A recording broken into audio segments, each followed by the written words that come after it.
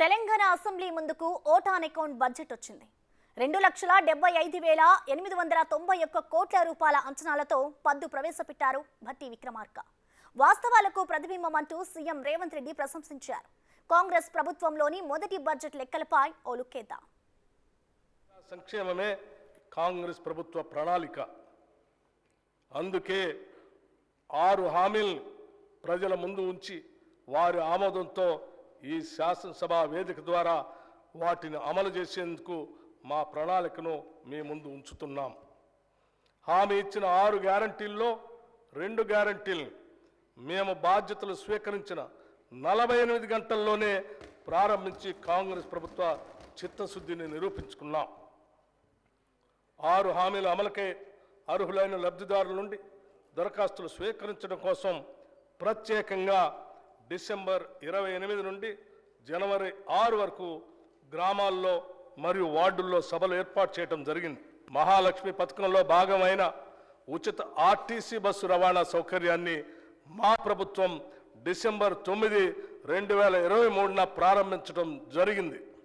రాష్ట్ర మహిళలు ఈ పథకం పట్ల అత్యంత సంతృప్తి మరియు సంతోషం వ్యక్తం చేస్తున్నారు. ఈ పథకం సజావుగా సాగటానికి సకాలంలో ఆర్టీసీకి అవసరమైన నిధులు అందజేస్తున్నాం.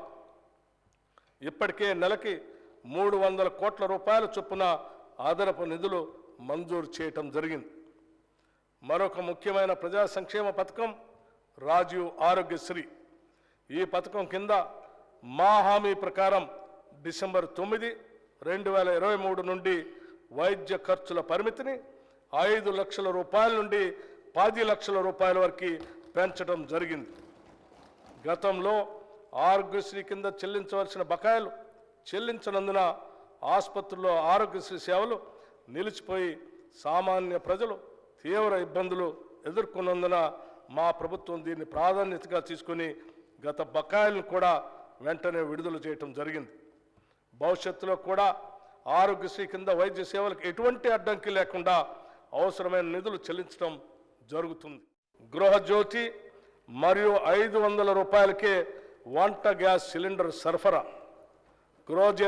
గృహజ్యోతి పథకం ద్వారా అర్హులైన వినియోగదారులందరికీ నెలకి 200 యూనిట్లు ఉచిత విద్యుత్తును అందించడానికి మరియు అర్హులైన వినియోగదారులకి 500 రూపాయలకే వంట గ్యాస్ సిలిండర్లు సరఫరా చేసే పథకాలకి మరో ముందడుగు వేసాం. ఫిబ్రవరి 4, 2024న రాష్ట్ర మంత్రివర్గ సమావేశం ఈ పథకాల అమలుకి ఆమోదం తెలిపింది. త్వరలోనే తగిన విధి విధానాలు రూపకల్పన చేసి వాటి ఫలాలను ప్రజలకు అందించడం జరుగుతుంది. గత ప్రభుత్వం చేసిన పనులతో యువతలో ఆత్మస్థైర్యం దెబ్బతిన్నది. వారి భవిష్యత్తుపై ఆశను కోల్పోయారు. వారి భవిష్యత్తుకు మేము గ్యారంటీ ఇచ్చాం. అందుకే రాష్ట్రంలోని యువత మొత్తం మా వెనక నిలిచింది, మమ్మల్ని గెలిపించింది. ఈ నిజం మాకు తెలుసు కాబట్టి బాధ్యతగా ఉంటాం. చెప్పిన మాట ప్రకారం ఉద్యోగ నియామకాల విషయంలో జాబ్ క్యాలెండర్ తయారు చేసే ప్రక్రియని ప్రారంభించాం. మెగా డిఎస్సి నిర్వహించబోతున్నాం. దాదాపు 15,000 మంది కానిస్టేబుల్ల రిక్రూట్మెంట్ అతి త్వరలో పూర్తి చేసి నియామక పత్రాలు ఇవ్వబోతున్నాం. ఇప్పటికే నోటిఫికేషన్లో చేర్చినవి కాకుండా అదనంగా 64 గ్రూప్ 1 ఉద్యోగాల భర్తీకి ఉత్తర్వులు జారీ చేయటం జరిగింది. 10 సంవత్సరాలు పాలించిన గత బీఆర్ఎస్ ప్రభుత్వం ఒక్క గ్రూప్ 1 ఉద్యోగం కూడా నియామకం చేయకుండా నిరుద్యోగుల జీవితాలతో చెలగాటమాడింది. తెలంగాణ పబ్లిక్ సర్వీస్ కమిషన్ సరైన దారిలో నిరుద్యోగ యువత ఆకాంక్షలు నెరవేర్చే విధంగా పనిచేయటానికి ప్రక్షాళన చేయటం జరిగింది.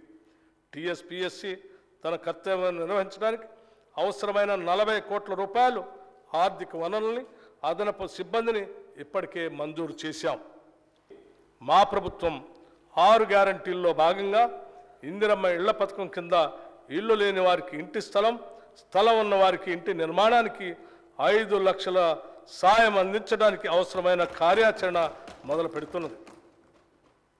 ప్రధానమంత్రి ఆవాస్ యోజన పథకం కింద పొందగలిగిన నిధుల్ని గత ప్రభుత్వం వినియోగించుకోలేకపోయింది. అందుకోసమే ఇప్పుడు కేంద్రం నుంచి అత్యధిక నిధులు రాబట్టి వాటిని తెలంగాణ ప్రజలకు మరింత ఎక్కువ లబ్ధి చేకూర్చేలా వినియోగిస్తాం. ఈ సంవత్సరం ఇందిరమ్మ ఇళ్ల పథకం కింద ప్రతి నియోజకవర్గానికి 3,500 ఇళ్ల చొప్పున మంజూరు చేస్తామని తెలియజేయడానికి సంతోషిస్తున్నాం. ఈ పథకానికి బడ్జెట్లో 7,740 కోట్ల రూపాయలు ప్రతిపాదిస్తున్నాం. రైతు రుణమాఫీ అంశాన్ని మేము మా ఎన్నికల ప్రణాళికలో కూడా స్పష్టంగా పేర్కొన్నాం. ఎన్నికల ముందు ప్రజలకి హామీ ఇచ్చిన విధంగానే రైతు రుణమాఫీ పథకాన్ని అమలు చేయబోతున్నాం. 2 లక్షల రూపాయల రుణమాఫీపై త్వరలోనే మా కార్యాచరణ ఉంటుంది. అందుకు విధి విధానాలని రూపొందిస్తున్నాం. ప్రతి పంటకు మద్దతు ధర ఇస్తాం.